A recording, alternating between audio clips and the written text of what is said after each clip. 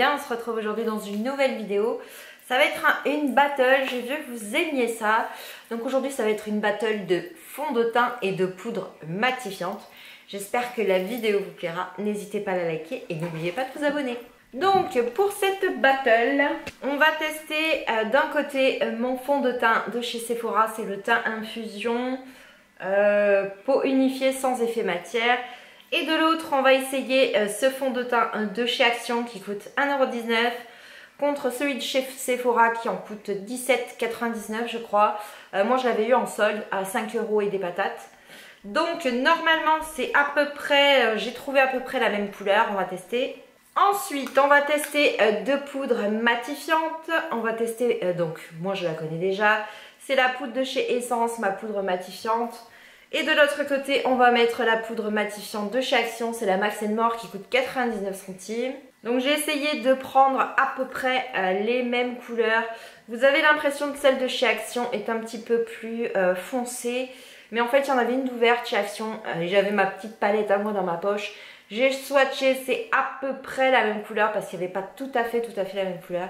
Donc c'est parti. J'ai déjà mis ma base de chez NYX.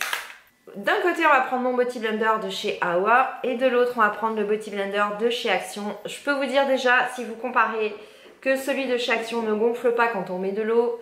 Il reste aussi petit avec ou sans eau dessus, alors que de regarder la différence, on verra bien. Alors, je vous dirais que je n'ai pas trouvé de poudre matifiante Sephora, tout simplement parce que je connais mon teint et je sais que c'est celle-là qui me convient. Et je n'ai pas encore trouvé chez Sephora une qui me conviendrait, ou une autre d'ailleurs. Donc le fond de teint Sephora, on va mettre une pipette comme d'habitude. Je vais prendre mon petit miroir de chez Action. Et c'est parti. Donc on va faire la moitié. Alors pour ne pas fausser la chose, je n'ai pas mis d'anti-cerne. Je n'ai pas mis de correcteur de cerne pour que vous voyez bien la différence. Parce que je n'ai pas, comme vous le savez, je vous ai déjà fait une battle de palette correctrice. Et celle de chez Action ne me convient pas du tout.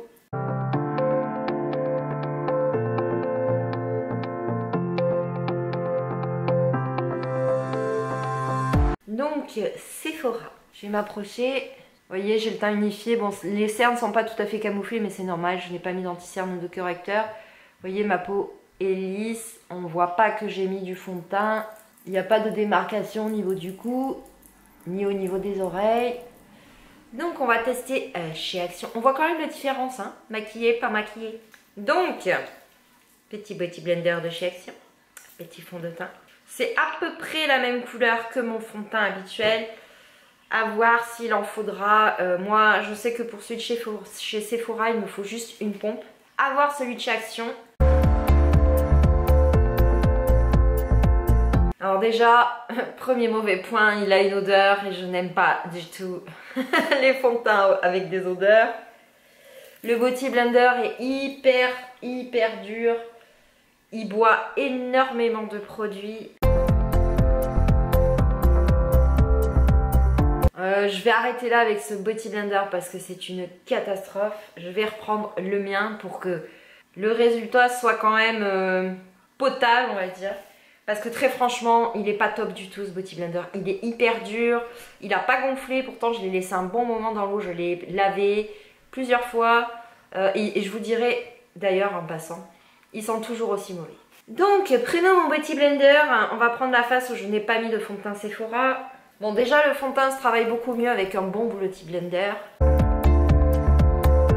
Il est pas mal du tout ce fond de teint.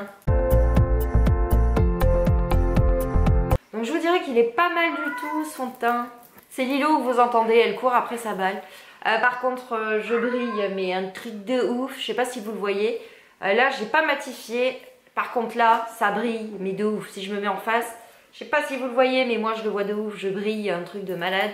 Donc, je vous dirais que malgré qu'il ait un parfum qui me dérange un peu, il couvre bien. Il fait pas gras, par contre il faut poudrer parce que là vous allez briller mes amis. Au niveau de mes rides et de mes ridules, il les a pas plus marquées que ça. Je vais m'approcher, vous voyez. Vous voyez, pas plus marqué que ça.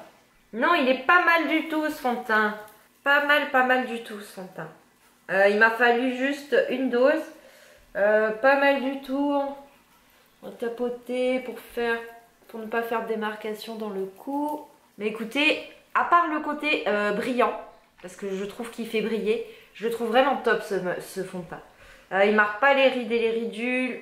Non, non, il est vraiment bien ce fond de teint. On va maintenant passer à la poudre matifiante, celle que j'utilise d'habitude. C'est celle de chez Essence. Elle est en teinte 10 Light Beige.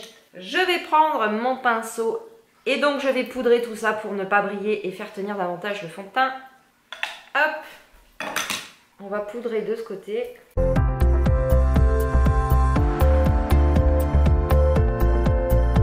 Comme d'habitude, hein, regardez, je la trouve parfaite cette poudre, elle matifie, je la trouve parfaite. Et donc, je vais secouer mon pinceau que j'avais lavé hier exprès pour faire ce test.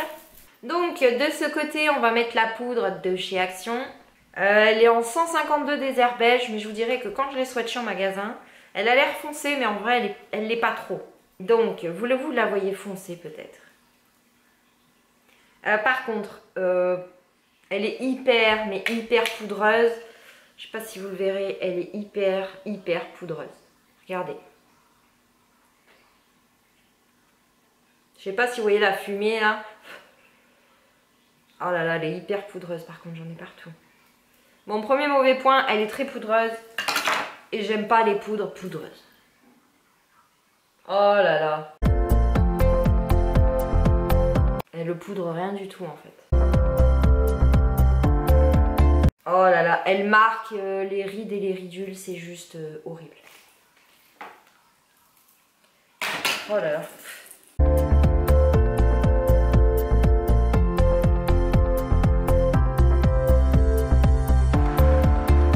Alors, je ne sais pas si vous verrez, là, en fait, elle marque énormément au niveau de mon nez, juste là. Au niveau des ridules de mon œil, elle marque aussi les rides et les ridules, cette poudre. Elle est hyper poudreuse, elle est un petit peu parfumée, je trouve. Elle a une petite odeur de cacao, comparée à l'essence qui ne sent rien. Sinon, bon, à part ça, pour le prix, franchement, elle fait bien son job. Mais à choisir, je vous dirais que celle de chez Essence fait 1,99 €. Je préfère mettre 1 € de plus et prendre la Essence parce que la Essence n'est pas du tout poudreuse, vous n'en avez pas partout. Elle ne marque pas les rides et les ridules, pourtant j'ai poudré au niveau de mes cernes, au niveau de mon nez et donc au niveau de mon menton. L'Essence n'a pas marqué mes pores alors que celle de chez Action marque mes pores au niveau de mon menton. Et elle marque ma ridule qui est juste là.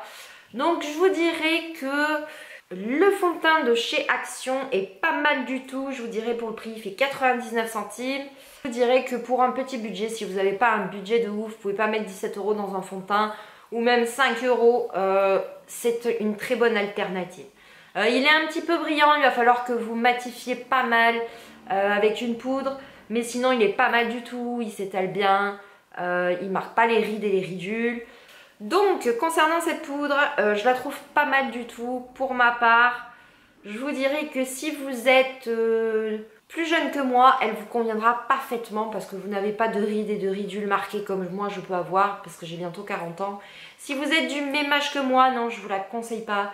Elle marque les rides, elle marque les ridules, elle marque les pores au niveau, moi c'est au niveau de mon menton. Elle me marque ma ridule qui est juste là. Elle est très poudreuse. Mais vraiment très poudreuse. Mais sinon pour le prix elle est pas mal du tout. Si je compare vraiment les deux, pour être honnête, je préfère remettre 1 € de plus et prendre la Essence parce que la Essence n'est pas du tout poudreuse. Vous voyez, c'est un deal à prendre. En fait, je vous conseillerais cette palette selon votre âge. Si vous n'avez pas de rides, de ridules marquées, et que vous êtes un petit peu plus jeune que moi, je vous la conseille. Pour le prix, elle fait le job.